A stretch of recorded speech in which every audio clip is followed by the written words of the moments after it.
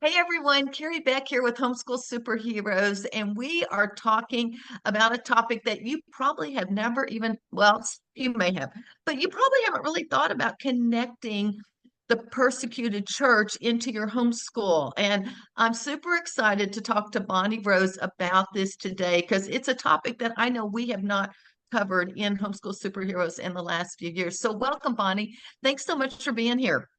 Thank you very much for having me. I'm excited to have this chance to share.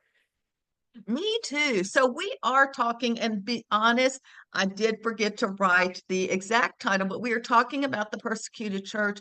And wait, first of all, let's talk about what that is, and then we're going to talk about maybe integrating that into your homeschool and maybe why and how, those kind of things. But before we dive into this topic, Bonnie, could you just tell people a little bit about yourself?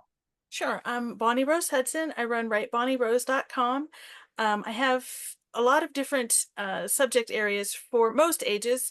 You will not ever find high school math on my site. I'm sorry, that's just not my thing.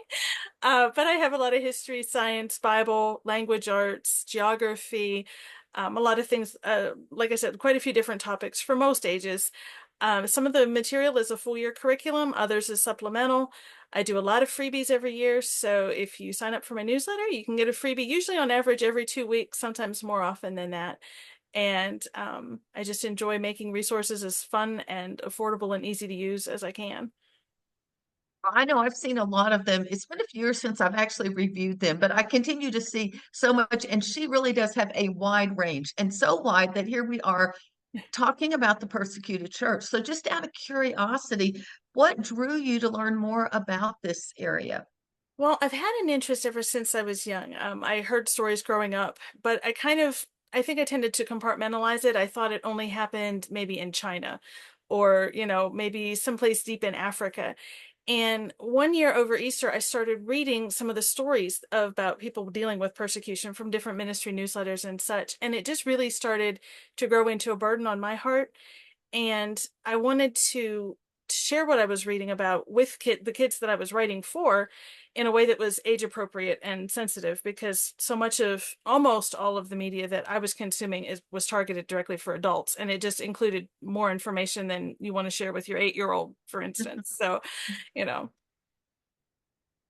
so that's how That I is so got started. interested. And, I actually get a magazine called Voice of the Martyr. And so it's very interesting. I've read some of their books and we may even talk about some of those people, but I mean, those are current events too, Yeah. but yet it isn't always something that's appropriate for kids. So, Right. um, how widespread really is persecution for Christians today? Well, it's according to Open Doors, in the last 30 years, the number of countries where Christians are suffering high or extreme levels of persecution has almost doubled. There are at least 76 countries, and those are countries where it goes beyond harassment or inconveniences. This is full-in persecution. And it's because of some of the digital technology advancements, like facial recognition, it's getting even harder and harder and harder for the underground church to operate and for believers, especially from certain other religious backgrounds, to meet, to grow, to access the information that they need. The average is 1 in every 7 Christians in the world are currently facing persecution. That number increases to 1 in 5 in Africa and 2 in 5 Christians in Asia. The Joshua Project says between 65% and 70% of the world's population live in a country that's considered religiously restrictive. So it really is in every corner of the globe, on every continent, in some, or almost every continent, in some form or another. That is just amazing. 1 in 7, and then it gets even smaller depending on where you are in the world. And you mentioned the underground church. Mhm. Is this basically, could you just sort of describe or tell people what you mean by that? Sure. In the United States and in many other countries, it's not surprising at all to walk down this street and see a church. I live in a very small town, and there's at least a half a dozen churches, probably within a 5 mile radius of my house. There's an abundance of churches. The underground church is just a generic term related to people who can't meet openly. Sometimes they will meet discreetly, maybe in a coffee shop. But sometimes it has to go even further than that. I remember reading about one country in the Middle East, and they said if you have 8 or 10 people over to your apartment on December 25th, your neighbors know that there's probably something going on for Christmas. So you don't dare get together on Christmas to celebrate Christmas. So maybe you wait, maybe your child has a birthday February 2nd. So maybe you have 10 or 12 people over to celebrate a birthday, but oh, by the way, we're actually celebrating Christmas, but no one outside that apartment knows that, So it's very and it depends on what part of the world. In Saudi Arabia, it is even that much would could very easily lead to death. It's just so sometimes people have no contact with other Christians, possibly only one person, maybe the person that led them to faith. But it's just so the underground church is just any church that has to meet off the radar, kind of off the grid. It makes so much sense. I have a friend, well, one of my very best friends, her son, he's in his, well, he's 1 year older than my daughter, 37. Mhm. He lives in, well, he lives in a country, I won't mention it because I Yes. wouldn't want anyone to put the dots together. Right, Um, but as a business person, right. and they have a company that teaches English to these people. And so Mhm. that's sort of how they've been able to enter in there as well. And Right. they're still able to go over and visit and everything. So, but Mhm. it's open.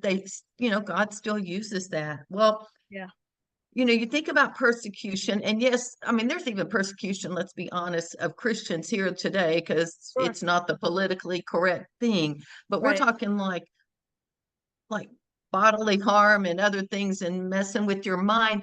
right. How do you sort of dive into sharing these kinds of stories with kids in an age appropriate way?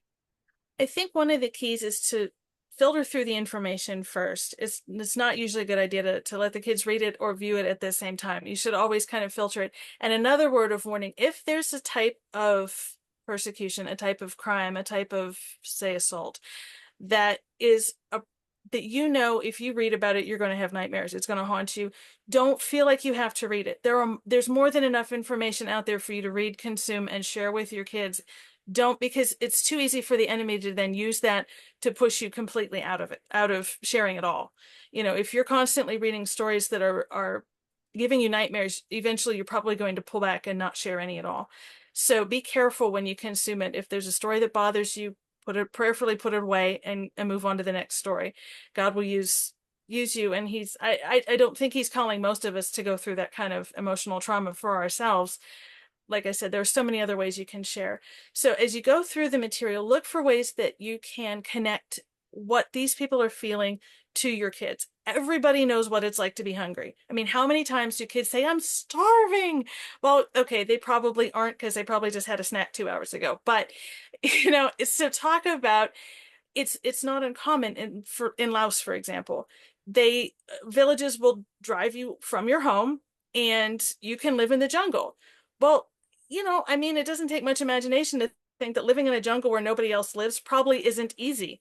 You can't farm, you probably have wild animals to deal with. If you're living in a place no one else lives, there's usually a reason no one else is living there. So look for things like that. They're hungry. Somebody's cold. They don't have the clothes they need. Maybe they lost their home. Maybe all they have is a tent, or, maybe they're just trying to find shelter under a tree somewhere. They're wet when it rains. All of those things, they're scared. They don't know what's going to happen tomorrow. They don't always know if their family will stay together. And that's something you have to be a little bit more careful talking to your kids about, depending on the emotional makeup of your child. But it's something that, all kids know what it's like to miss a parent or a sibling or a loved one because of any kind of separation, going, work, any situation, maybe a sickness. Well, sometimes these kids don't know when they're going to see their parents again, or even if they're going to see their parents again, or their siblings or aunts, uncles, etc. So, you can look at those things that they have in common with your kids and then kind of extrapolate from there. Talk about what they can understand. You can tell them that someone was hurt or beat up. You don't have to go into every detail on how. You don't have to describe every injury or torture or things like that for the kids to understand that something hurt, that they're scared, that they're cold, that they're wet, that they're hungry. All those things your kids can understand without all of the details. That's so good. First, I want to go back to what you said at the beginning about adults, because there are times, sometimes I actually was reading a book that my friend Andrew Pudo recommended 2 years ago, and it wasn't necessarily about persecution, It is the first book I ever, not that I had nightmares, but I actually had to put it down for a Yeah, little bit because it was talking about the totalitarianism from communists and where we're seeing it in the United States today. And it just sort of made me a little nervous, especially with my kids. And so yeah, I really appreciate your honesty and just saying, adults, we need to protect ourselves. Now, we don't need to be blind to everything, right, but we do exactly. need to protect ourselves and our heart. And that was one of the times I actually put the book away. I did pick it back up and I started praying for people a lot based on that book. So I thank you think I for may sharing. have actually read the same book and had the same experience. I tended to read before I went to bed. I can't read this before I go to bed. It was Yes, too much. It was just too much. it really was. Well, but it opened my eyes a lot too. It Okay, did. so then the details, uh, all kids are different. Like, for instance, my son was able to watch some boy movies sooner than my girls because my girls would have nightmares when they were 8. And Right. they're like, why does he get to watch? Well, and we would talk about it because it doesn't affect him the same. Now, I'm not Right. trying to do a gender thing or anything, but that was just the No. fact about our family. And so we had to really watch that type of thing, Sure. and I want to share just quickly last summer because I do superheroes of the faith, and some of them are historical. But I started on Sunday night about a man from the Middle East, and it was a story I had read. And I'm telling this story. He's a Muslim that comes to Christ, and I mean, the man is shot like 2 times, and he's thrown off a cliff, and you're just like, how is he still alive? Yes. Now I didn't share all the details I've read. I didn't have time for that, but still, I wouldn't, depending on my kids, I may not share all the details of Right. exactly what went on because some of it was more detailed than what I'm telling you right now, I guess to Right. say. So I think that is wise. So appreciate that. And I think adults, we all have our different thresholds. My sister and I both read Christian fiction. She will read like the CSI style Christian fiction, and she'll be like, "Oh, this book was good. You wouldn't like it." Like she'll just tell me because she can read that and put it away and it's fine. And I read that and I'm like, "Oh my goodness." Like, like all of a sudden I'm scared to go to Walmart, like so, it's just different personalities and different emotional makeups. God put us all, she has a very different day job than I do. So, her emotional makeup fits her line of work, and mine would not work in her line of work very well. So so it's just the way that God made us each for a reason. There's no better, worse, kind of a thing about it. It's just different. That's so good. So let me ask you a question, and you may have some of these, but we're talking about stories. Where could someone go and find these stories? I don't know if you have some that you use specifically with the products that you put out, or if you have books or anything that you might recommend. There used to be, and I'll include it in the handout, there used to be a Okay. beautiful site called Kids of Courage, and it was actually kind of like the junior, the kids version of Voice of the Martyrs, and it was published by Voice of the Martyrs, and it was a beautiful site. And sometimes it would have the exact same story that the Voice of the Martyrs newsletter had, but tailored for kids. And I loved it. And for whatever reason, they shut it down several years ago, and it's no longer available as a live website, but you can find it through the website archives. So I have some links and instructions in the handout to help you find that. It takes a little bit of work and patience to find the stories because all the features of the website don't work anymore, but it's really helpful. So I've enjoyed that. Um, Written for kids, there's some of the classic books like Christian Heroes Then and Now. Those series have some really good topics. The Generations curriculum also has explored some of those, and then I've tried to incorporate some that I have learned and rewritten for kids in my curriculum as well. That's so interesting. And as you were talking, there's another book that I don't know if you're familiar with called Trials and Triumph and Trials. I don't know what it's a word like that. We'll put that there. But it starts back in Greece or Roman time and then just goes through time periods. And the stories, we would read them out loud. Mm-hmm. And like one of them was Blandina, who was Oh, killed during the ancient Roman times. yeah. And again, that may not, even though it's in a kid's book, it may not be because she was like thrown out into the Mm, Colosseum over and over, and she'd come back and just encourage these people to just stay strong in the faith. hmm And she's very young, any woman. And so there are other, and then you go to the Middle Ages, but then we could move even into the current age as well. So Right. that just popped in my head. I Hmm. didn't really think of that. So, okay, so we talked about maybe some resources, how to handle this. What can parents do to incorporate this idea about the persecuted church and bringing this to life to their kids, into what they're doing in their school, homeschool? There's a lot of different ways you can incorporate it into almost any subject. Some are natural fits. Bible, for instance. I mean, obviously, there's the verses about persecution. There's an abundance of examples about persecution, and you can talk too about why would God let this happen? And because I think that's a big question for kids, and to be honest, for adults. Why we know he can't stop it. We all love Shadrach, Meshach, and Abednego, but what about the times that they weren't delivered? And so then you can go to the story of somebody like Joseph. He couldn't see the end of the story. I would imagine that he prayed many times. I mean, he sold. I mean, he didn't want to be a slave in another country. He certainly didn't want to be put into prison. All of those things, and even the life of the Lord. God didn't deliver him from the cross in the way that if it were you or me, we would be hoping for, at that time, and place. So that you can explore the question of why and examples and how we can see that God works through them, even when the end of the story, as far as what our physical eyes can see, doesn't look the way we wanted it to look. Um, there's ways you can sign up online for prayer requests, for persecuted Christians, for unreached peoples as well. I'll put some links in the handout. But then you can do it with language arts. There are ways you can send letters to persecuted Christians that are in jail, and I'll include a link. History and geography are obviously natural fits. You've got the environment, the historical time period. Some persecution today actually dates back to historic events that maybe ostracized a group of people. So you can explore those. Geography is obviously, readily apparent.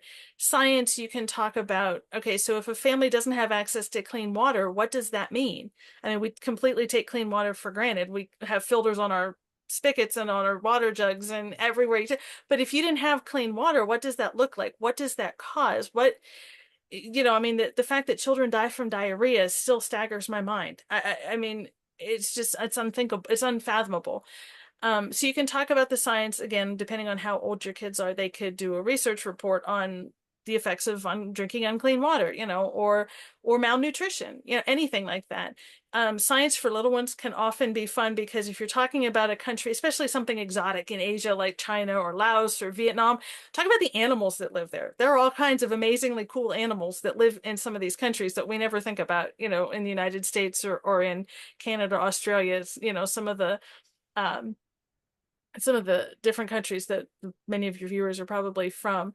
You can even work it into math. Math is a little trickier, but you could have your kids, especially if they're a little bit older, they could do reports on statistics. How different people groups, different majority religions, different, and if it says only 1% of a population are Christians, what does that mean? How many people is that? And how many people does that mean are not Christian? Or how many people have died for their faith in Christ? You can look at statistics that way. You can also just do basic statistics like compare the size of two countries or the population of two countries. You can pull it into that. Or you can do math for little kids. You can do it in recipes. If you're learning about Bangladesh, find a Bengali recipe online and make it. And so you've got your teaspoons and tablespoons and you've got your ready-made math lesson right there in the kitchen. So you can do all of those different things to just make the places more real and more relatable and something that the kids can understand instead of just a random name on a map that, they may or may not have even heard of before. That's so good. I was just thinking, you said 1 in 7 are persecuted in the world. There's a math problem right there, like to come up with Absolutely. the actual number, like based on whatever the total of people there are Right. that they say there are right now. And the other thing you mentioned, recipes, then I go to my favorite thing, and that's eat your way through school. And so Yes. why not make some food based on the country that you're looking for Yes. as well? And you're going to learn a lot more about it. And we used to look where I got it. I don't know if it's from Compassion, but I would get a little recipe book with some of the recipes from the Hmm. area where we supported a child. Hmm. So You Compassion does said have some, some great resources. They have a program, it's called Kate and Mac, I believe, and they'll yes, send out, yes, like the it's junior upstairs. yes. Sorry, go ahead. Tell them about it. No, no, no, that's fine. But it'll have recipes and games and stories. And I love Kate and Mac. I think that they have lots of great stuff.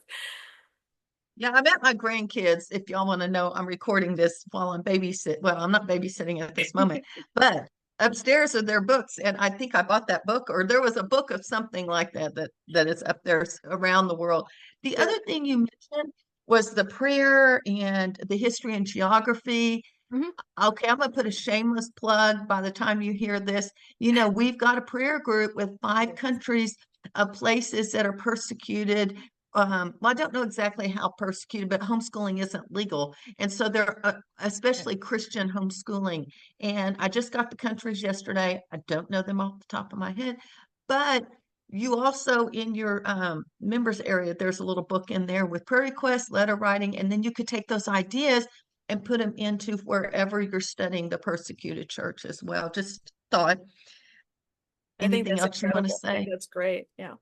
Yeah, it's been exciting. Stephen Policastro has just been so helpful. And every year he goes, let's wait till about 1st of July and come up with where God's working. And they're not all persecuted. Usually one or two of those countries, there are praises for what Mhm. God is doing. So I think that's also something we need to realize that yes, we want to pray for them, but we also need to look at how God is actually answering some of our prayers as well. Mhm. So, Absolutely. well, how could moms help their kids have an impact or make a difference? One of the things that struck me as I started reading the newsletters years back was that I'm the kind of person who needs an outlet for what's going in. And so it struck me that there are probably many kids with a similar emotional makeup, and they need to do something, because if you just read about the problems and don't take action, it can be very depressing and discouraging. Because, and like you said, it's also very important to balance it with the praise. I think that's wonderful. I think you definitely need to keep both types of stories flowing, because if you don't, it just, you miss out on a lot of what God is doing around the world. The numbers of people coming to faith in completely unexpected places is just off the charts, and it's exciting and so very exciting. And so kids can do whatever it work, however they're wired. They can build things with Play-Doh or plastic blocks, or they can do something on the computer. They can share the presentation with anyone. It can just be their family. If you're not plugged into a bigger community, let them put a presentation together and share it with you all, because you're going to grow in your understanding as they share it, and you're also going to bond with your child as you see how God is moving in their heart, what's standing out to them about something. They can share it with their Sunday school, with their co-op, with their neighbors, with however your whatever your dynamic is, they can share it. They can write about it, they can draw a picture about it. They could cook food and share it with somebody. You could throw a youth group party, and and work through it that way. So however they're wired, whatever they love doing, you can find a way to incorporate that. If they build things on some of the different computer programs where you build various cities and worlds, they could build one about what they're learning. There's literally no end to what they could come up with. I love that too, because that sounds like a hands-on project based on what they are. Because even some kids, like my one of the granddaughters that's coming home pretty soon, she loves to act and sing. Yes. And like oh, she'll drag us up there. They got an hour-long presentation and they got it all fixed up there and everything. But for some, and so she'll even write it all out. Yeah. And for some kids, it's like, no, thank you. Give me like her mom was like made a life-size teepee one time. And so Uh-huh. is all this kind of thing. But I love your ideas because you go into where their strengths are. So that's awesome. Yeah. I appreciate that. Um, this is awesome. Let me just ask you, because I know people are going to want to follow up. How could people get hold of you? And do you have any, like, where could they find your resources and connect with you? Sure. The best place to connect is through my website. It's writebonnierose.com. You can also email me anytime. It's just writebonnierose@gmail.com. So those two ways are the most reliable ways. I am on social media, Facebook, Pinterest, etc., but I'm not on there as much as probably as I could be. So it's a little bit more hit and miss there. So like I said, the website, I have curriculum there that I've written, also some free blog posts and materials there, and some different types of resources to try to help. And then again, in the handout that comes with this workshop, there'll be links to a lot of what we discussed, and ways you can follow up. There's also some craft sites that you can use to kind of incorporate crafts into your hands-on projects. So That is awesome. Well, wherever you're listening to this, just look below this video and there'll be a text box. One, the handout will be there, and then two, some of the links, the website, that type of thing. We will hyperlink that so that all you have to do is click the link below and you can make it and go find Bonnie Rose as well. So, all right. I have a quick question. If you were to come back and if you were to start all over homeschooling or persecuted church or whatever in with your as a parent, is there anything that you would do differently? Put you on the spot. wow. Well, actually, there's a strange story there. Sadly, I am not a parent. I am a homeschool author, but the Lord did not see Know in that? his wisdom to arrange for a spouse and children of my own. Which of course I was certain Dad, he I would just when, learned something. yeah. Oh, okay, keep going. Tell us the So story. so my story is kind of unique. I have always loved children. I mean, when I was 12, 20, 22, okay, even 32, I was sure I was going to have someone. Now I'm 44. And so here I am, pretty sure that has been ruled out, but that's okay because what God has done in the years preceding, I worked on becoming a writer. I worked in various office jobs and such, as far as paying the bills and all that sort of thing goes. But along the way, I was working on learning to become a writer. I wrote some books for adults. They are not published. I wrote some books for children. One of them actually did get published by Journey Forth Press, part of BJU. So I wrote books, and as I was doing that, then as I was learning about the persecuted church, the two came together. I went to a homeschool conference one year at the suggestion of someone I had met in a writers group, and she said, there is so much educational material out there, I think you'd be a great fit. She said, go see what's going on. And I thought, wow, that sounds awesome, because I feel like I was like unofficially half like part-time homeschooled. My mom created everything, and we would school like all summer long, and then I went to a small Christian school during the actual school year. But also, I mean, she customized go to the head of the class with questions from whatever we had learned that year. We had, I mean, we were always learning. And I live in Pennsylvania, and Pennsylvania back in the 80s was extraordinarily restrictive. And she actually did consider homeschooling, but without the internet and the co-op resources and that, she was not comfortable taking that leap.